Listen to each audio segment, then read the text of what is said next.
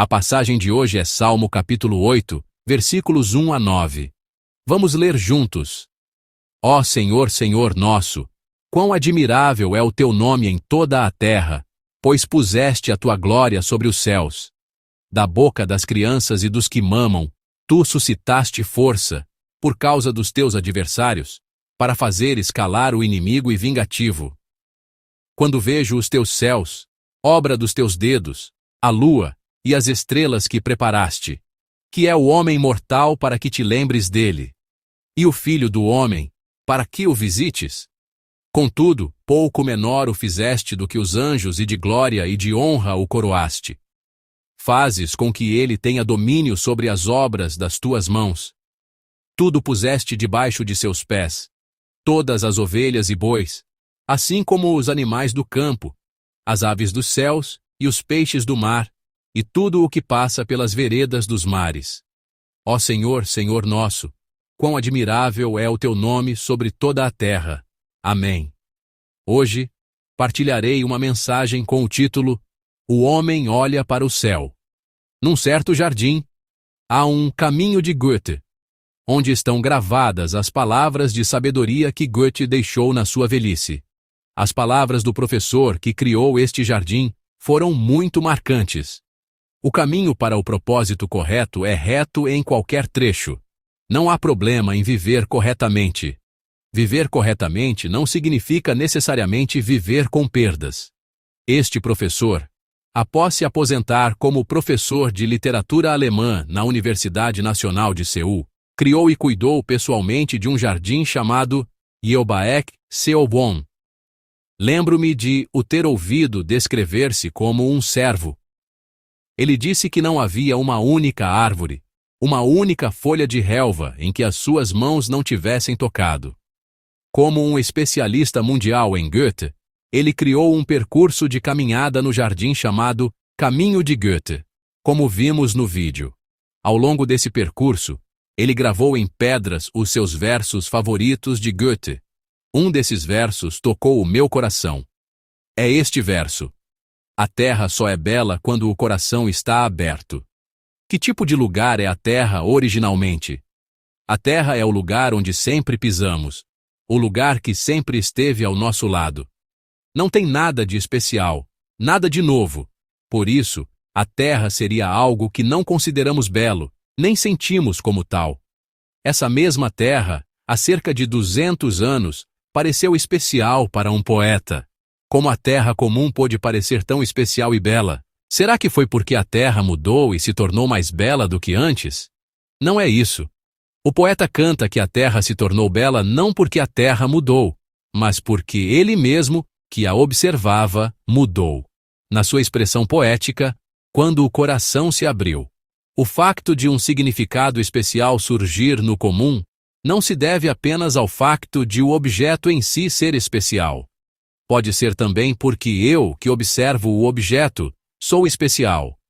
A beleza existe em toda parte, mas é como um presente que só é descoberto por aqueles cujo coração está aberto. Uma vida cotidiana comum, objetos sem nada de especial, mas dependendo de quem lhes atribui significado, o mesmo mundo pode ser visto de uma forma completamente diferente e nova. O mundo em que vivemos é assim. Se o tratarmos sem emoção, não é nada, mas se começarmos a atribuir-lhe significado, pode tornar-se um lugar totalmente diferente. No texto de hoje, também é apresentada a canção de um poeta que olha o mundo com o coração aberto. Embora este poeta tenha vivido cerca de 3.000 anos antes do poeta que apresentei, a visão do mundo comum que lhe surgiu quando o seu coração se abriu deve ter sido uma emoção e um arrebatamento tão grandes que ele não pôde deixar de cantar. Não pôde deixar de escrever um poema. Vamos ler juntos o versículo 1 do nosso texto de hoje. Ó Senhor, Senhor nosso, quão admirável é o teu nome em toda a terra, pois puseste a tua glória sobre os céus. Amém. O salmista David está a cantar sobre a beleza. Meditando em Deus, que preenche toda a terra, ele exclama: como pode ser tão belo? Além disso, o seu olhar volta-se para o céu. Ele canta que a glória do Senhor cobre os céus.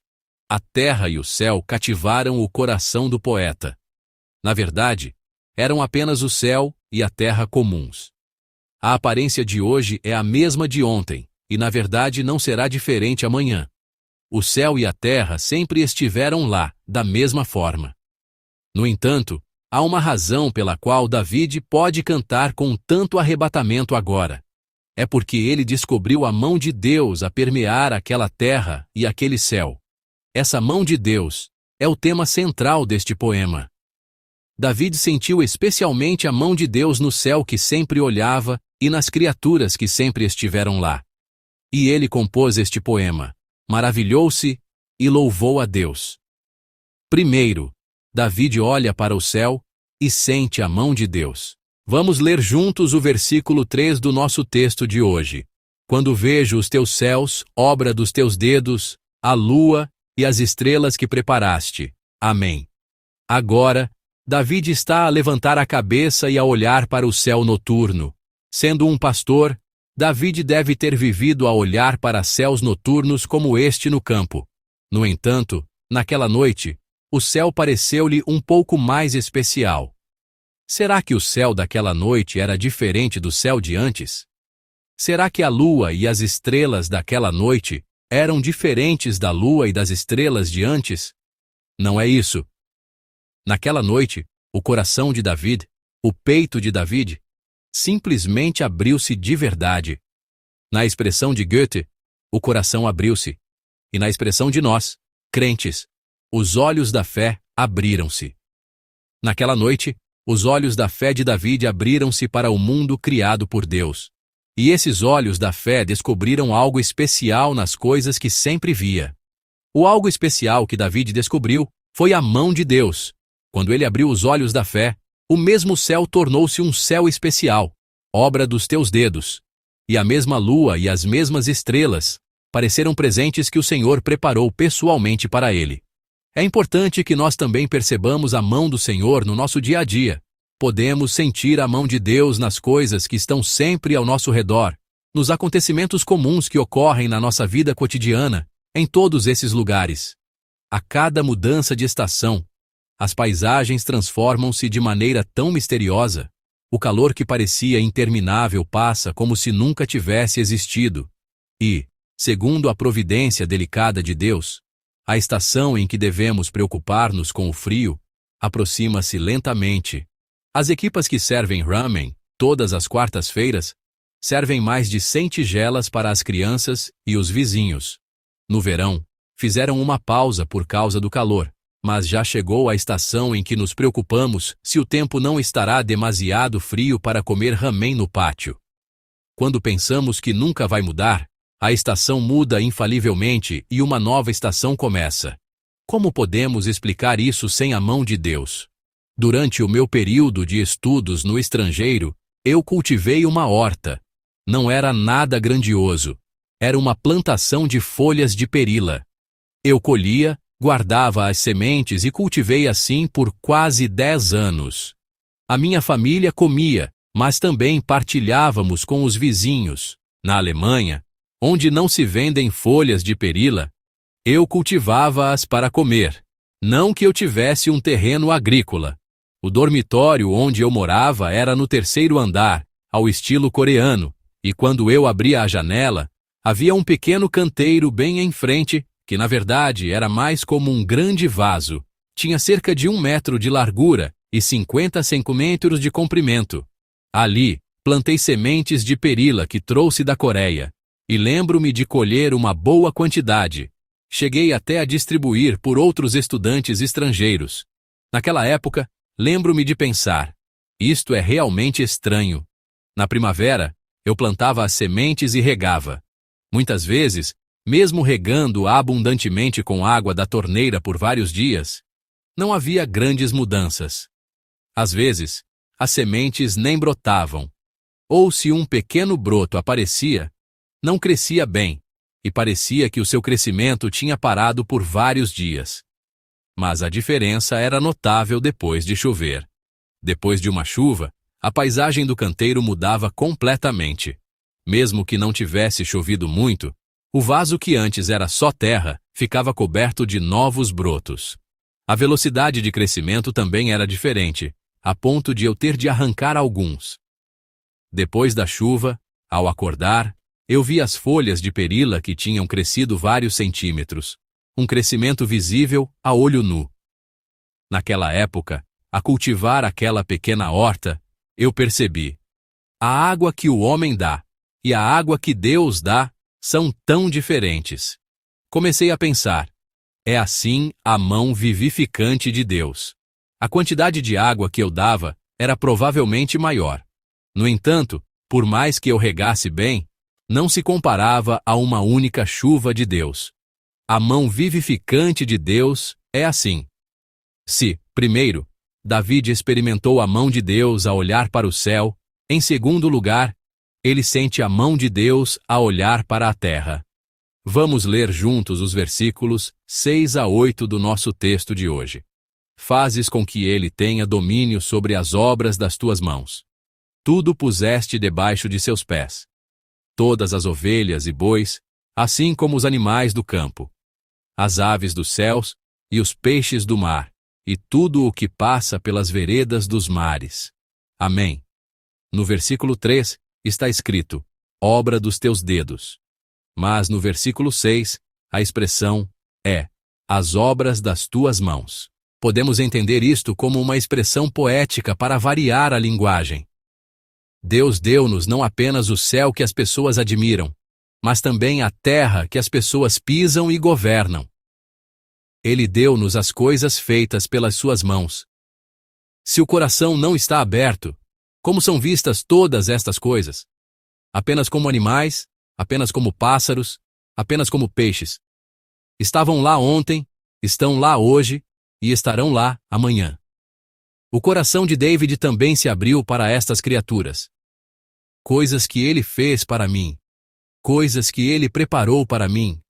Coisas que ele até me fez governar debaixo dos meus pés. Olhando para as criaturas da terra, Davi confessa e louva que Deus as fez para ele. Nós que vivemos hoje, também precisamos desta perspectiva. Precisamos da fé para ver as coisas familiares ao nosso redor, não como coisas que sempre estiveram lá, mas com a perspectiva de que Deus as preparou para mim. Deus as colocou lá para mim. Cada uma destas pequenas coisas são coisas que Deus pessoalmente preparou para nós. As coisas boas como coisas boas, e as coisas não tão boas como coisas não tão boas, Deus colocou-as no lugar certo, no tempo certo. Finalmente, há a mão de Deus mais importante. Sou eu mesmo. David, olhando para si mesmo, canta sobre a maravilhosa mão de Deus. Vamos ler juntos os versículos 4 e 5. Que é o homem mortal para que te lembres dele? E o filho do homem, para que o visites? Contudo, pouco menor o fizeste do que os anjos, e de glória e de honra o coroaste. Amém. Davi, ao olhar para o céu, e para a lua, e as estrelas que o Senhor preparou, descobre o Senhor que se lembra dele. E, ao olhar para os vários animais da terra, ele descobre o que Deus pensa dele. O coração de Deus. Olhando para todas estas coisas que Deus criou, Davi começou a pensar sobre que tipo de existência ele era. E começou a refletir. Quem sou eu, afinal? Que tipo de ser sou eu para receber tal amor de Deus? Por mais que olhemos para dentro de nós, não temos condições de merecer tal amor. Por mais que pensemos, não temos tal qualificação. No entanto, Deus deu-nos todas estas coisas e permitiu-nos viver a desfrutar de tudo isto. Diante de Deus, nós somos assim. Somos seres amados, seres que recebem. Assim como os pais simplesmente amam e se sacrificam pelos seus filhos, Deus ama-nos unilateralmente, abraça-nos incondicionalmente, mesmo que não tenhamos nenhuma qualificação, mesmo que não tenhamos alcançado nenhum resultado. Ele é assim. Amados, há alguém entre vós que se sente espiritualmente exausto e um pouco distante de Deus? Pensa. Antes não era assim. Antes eu também vivia a minha fé com fervor. Mas agora não sou mais assim e a minha relação com Deus está um pouco fria? Amados, como é que Deus se sente sobre esta nossa condição? Será que Deus sente o mesmo que nós sentimos agora? Não é assim. Quando Deus nos encontrou pela primeira vez, Ele encontrou-nos e abraçou-nos sem nenhuma condição, sem nenhuma qualificação. Será que Ele mudou agora? Será que Ele está à procura de qualificações e condições? Não é assim. Ainda hoje, o nosso Deus trata-nos da mesma forma. Mesmo que não tenhamos um único traço bonito, mesmo que só tenhamos partes tortas e distorcidas, ainda assim, Deus considera-nos seus filhos amados, sem mudar. É por isso que Davi confessa: que é o homem mortal para que te lembres dele, e o filho do homem. É uma confissão que diz: como é que o Senhor me trata com tanta honra, a mim, que ainda não tenho nada de bom para ser visto? Eu gostaria de descrever este Deus assim: aquele que trata o pior de nós como o melhor. O nosso Deus é sempre assim. No versículo 5, a expressão sobre o ser humano, ou seja, que tipo de ser é o homem, aparece de forma mais concreta. Vamos ler o versículo 5 mais uma vez. Contudo, pouco menor o fizeste do que os anjos, e de glória e de honra o coroaste. Amém. Aqui, o homem é apresentado como um ser um pouco menor do que Deus. Como o original hebraico Elohim pode ser traduzido. Quando lemos isto, a nossa atenção foca-se na expressão um pouco menor. E por ser menor do que, sentimos algo um pouco negativo. No entanto, neste texto, devemos observar com quem estamos a ser comparados. Com quem a comparação é feita nesta frase é o mais importante. Agora, com quem o homem está a ser comparado? Com Deus. A existência humana, ousadamente, é comparada a Deus. Ou seja, através da comparação um pouco menor do que Deus, a existência humana está a ser explicada.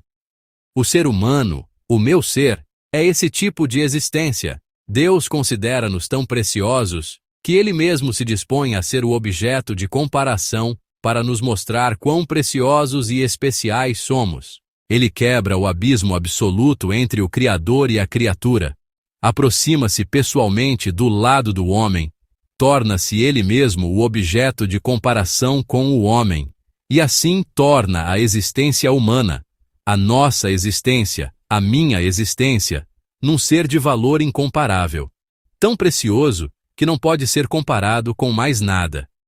Quando as pessoas querem expressar preciosidade, dizem incomparável a qualquer outra coisa, tão precioso que não pode ser comparado a nada. E assim, diriam que o homem é um ser tão precioso que não pode ser comparado a nada. Provavelmente, essa é a expressão mais forte que a mente humana pode conceber. Mas a expressão mais forte que Deus nos deu é esta. É a expressão do versículo 5. Fizeste o homem um pouco menor do que Deus. O próprio objeto de comparação está num nível diferente. O Deus que criou os céus e a terra pessoalmente se torna o objeto de comparação para expressar o que é o ser humano, para mostrar que o ser humano é uma existência tão especial, tornando-se ele mesmo o objeto de comparação. Não há expressão mais forte do que esta. Não há expressão mais forte do que esta, em que Deus se torna o objeto de comparação. Deus fez-nos seres que podem ser ousadamente comparados a Ele mesmo, seres que podem entrar na mesma frase que Ele, e agora, Ele quer que percebamos que somos seres tão preciosos. Para Deus, nós somos exatamente isso. Amados irmãos e irmãs em Cristo, dizem que as coisas belas só são vistas quando o coração está aberto. Não será que a mão de Deus só é vista quando o coração está aberto? As coisas que Deus preparou na minha vida aqui e ali começarão a ser vistas quando os olhos da fé se abrirem. Aquele céu, Deus o preparou para mim. Esta terra, Deus a deu para mim. A família e o trabalho não me foram dados para me atormentar ou fazer sofrer, mas sim para me dar vida. Quando o coração se abrir, quando os olhos da fé se abrirem, provavelmente, a mão de Deus se tornará visível. As coisas que Deus preparou se tornarão visíveis. E dentro dessas coisas preparadas, Deus se tornará visível. E somente quando o coração se abrir, eu mesmo se tornará visível. Às vezes, sentimos-nos tão pequenos e, outras vezes, tão insignificantes. Mas, que tipo de seres somos nós? Somos seres que ousam ser comparados a Deus. Somos seres registrados na mesma frase que Deus. Não somos seres descritos ou explicados como incomparáveis a qualquer outra coisa do mundo. Nós somos a única criatura comparada a Deus. Nós somos esses seres. Deus valoriza-nos tanto assim. Na semana que se inicia, eu abençoo-vos em nome do Senhor para que vivam com o coração aberto, descobrindo coisas belas. Olhando para o céu feito pelos dedos do Senhor, descubram a beleza de Deus. E em todo o mundo criado pelas mãos do Senhor, sintam o Deus belo. E que seja uma semana em que vocês sintam e percebam que a verdadeira beleza, aquela que não pode sequer ser comparada a nada, está contida em mim mesmo, um ser que o próprio Deus Criador usou como termo de comparação para nos revelar o nosso valor. Que assim possamos perceber novamente que o nosso dia a dia comum é um lugar cheio da beleza de Deus, e que cada um de nós possa preencher este cotidiano comum com a singularidade de uma profunda comunhão com Deus. Eu abençoo-vos em nome do Senhor. Vamos meditar na palavra que recebemos e cantar o hino Graça. Tudo o que desfrutei, todo o tempo que passou, todos os momentos que caminhei, não eram óbvios, eram graça. O sol que nasce de manhã e o pôr do sol à noite, o perfume das flores na primavera e os frutos no outono. Todos os momentos das estações que mudam, não eram óbvios, eram graça. Tudo é graça. Graça, graça, graça infinita. Na minha vida, nada era óbvio. Tudo era graça, graça. Vamos orar, meditando na palavra que recebemos. Senhor, abre os nossos corações e os nossos olhos da fé. Permite-nos descobrir, no nosso cotidiano, a mão de Deus que preparaste para nós, e que vivamos a perceber que esta rotina é um lugar repleto da Tua graça especial. Vamos orar juntos. Oremos. Senhor, obrigado. Obrigado por nos teres criado e valorizado como seres tão preciosos, a ponto de nos comparares a Ti, o Deus Criador, elevando-nos acima de qualquer outra comparação. Que possamos descobrir a beleza de Deus no céu e na terra que preparaste por nós, e em todas as criaturas. Que todos nós possamos sentir plenamente a mão de Deus durante a nossa vida cotidiana e transformar essa rotina num tempo especial. Obrigado. Em nome de nosso Senhor Jesus Cristo, oramos. Amém.